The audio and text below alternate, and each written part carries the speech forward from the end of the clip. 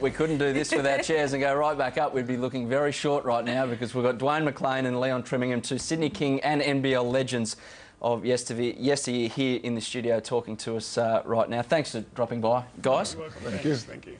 You've come here a very long way to speak to us. No, there is an actual main reason why you're in Sydney town at the moment. It's for Mike Wroblewski, the cancer-stricken, unfortunately, former owner of the Kings, who you're obviously still close to. There was a benefit night for him the other night. Just talk, firstly, Dwayne, about what the night was like and a worthwhile cause. I tell you, it was, under the circumstances, it was a phenomenal night. Mike had a chance to have a lot of loved ones, a lot of former teammates and colleagues there, and it was a celebration of life. He's done a lot for Australian basketball, particularly the Sydney Kings, you know, their rise, and with the grassroots marketing, and that's sorely missed today. And you said he's the best owner that you've ever had in your whole basketball career. Without a doubt. I've been fortunate enough to play 12 years of professional basketball in 7 different countries.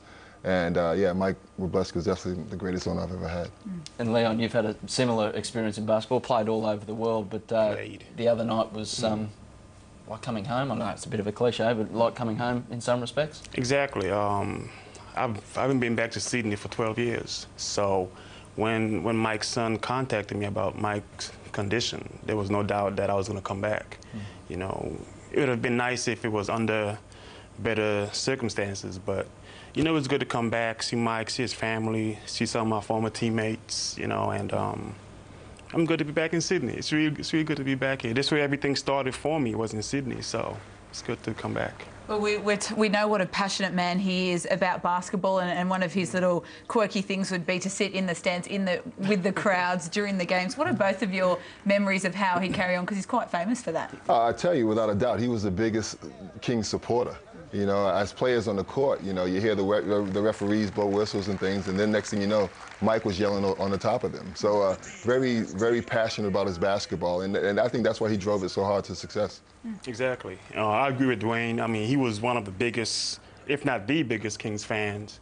And when you combine that with being the owner, you just put pressure on the players to go out there and produce the best. And that's what he did for me.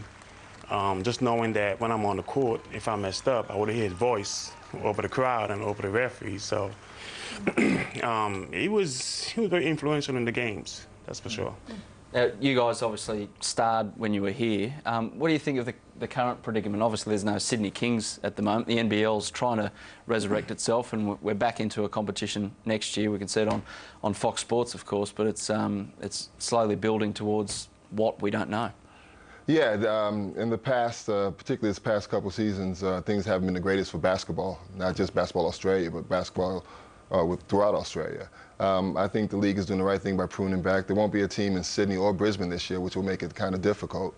But I think they're taking the necessary steps moving forward that, you know, eventually you're going to have a team in this city, the largest city in Australia, I think, for the league to be successful. And I think they're making all the right steps to do so.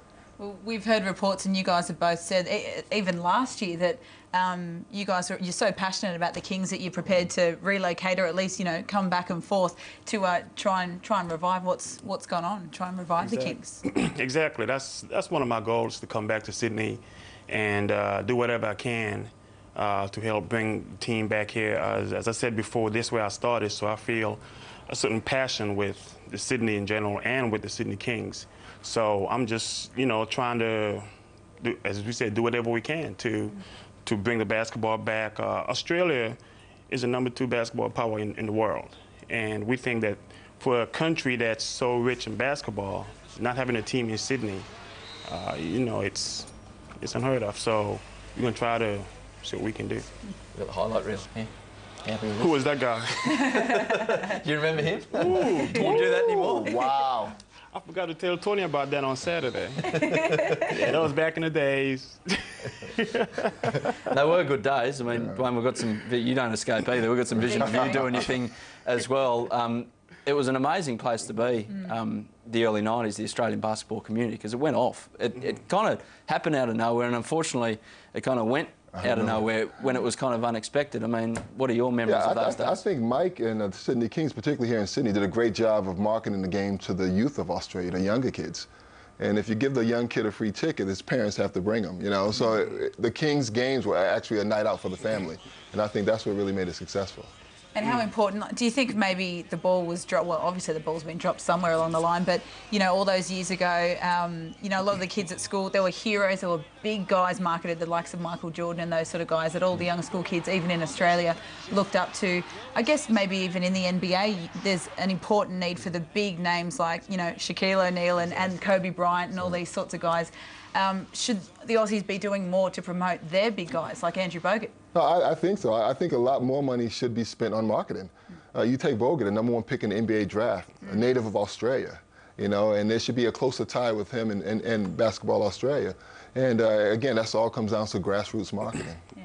Well, there's a guy coming to, you live in Houston at the moment, and David Anderson, I think, has recently signed a young Australian guy. Right. Not so young Australian, he's playing in Europe for a while, but there's a lot of, I couldn't believe how many Australian kids are playing in the college system over there that we just don't hear about over here, because it's a bit like football in this country, soccer, that they kind of go at a young age and you kind of don't hear them, and they're in the system over there, but they're obviously doing the right thing. You can see a guy like Paddy Mills as well. Oh, definitely. The Australians have a record of being excuse me, of being successful in playing in college basketball in the States. You know, as Dwayne said, Andrew Bogut, #1 picked. You had Luke Longley, you had Chris Stanley that played in the NBA, and now you got Dave playing in Houston, and he's gonna have an important role with Houston, taking the spot for Yao Ming. So I mean, you know, the talent is here in Australia. There's no doubt the talent is here. We believe that the NBL can come back, it can revive, it can be even better than it was before. It just needs some work, some marketing, and take it from there. One thing that Mike, in his speech, really made a big point of saying in his speech on the weekend that you guys obviously heard was obviously the season was changed from winter to summer, and that's what many believe is where it fell over. And one of his big comments was change it back. He used a few choice words, but it was he did. change well, it I back. mean, everywhere else in the world, basketball is a winter sport. And for some reason, they switched it to summer. When it was a winter sport, it was very successful. So if it's not broke, don't fix it. So bringing it back to the winter might be a smart thing to do, something to consider. Too easy. You mentioned about grassroots and getting out in the community. I've got a short story to share with you. When I was 12, I couldn't help it. I was so excited when Dwayne McClain, D-Train was coming in tonight. When I was 12, Warringah Mall in a shooting contest. Dwayne was down there, probably didn't want to be there. What am I doing here? 5 shopping centres in 5 nights. No, you're happy to be there. And I happened to win a shooting contest. It was for girls under the age of 8, and I looked like one, so I went in it and I won it and won the pair of Reeboks and was over the moon. And yeah, so that's what you're saying.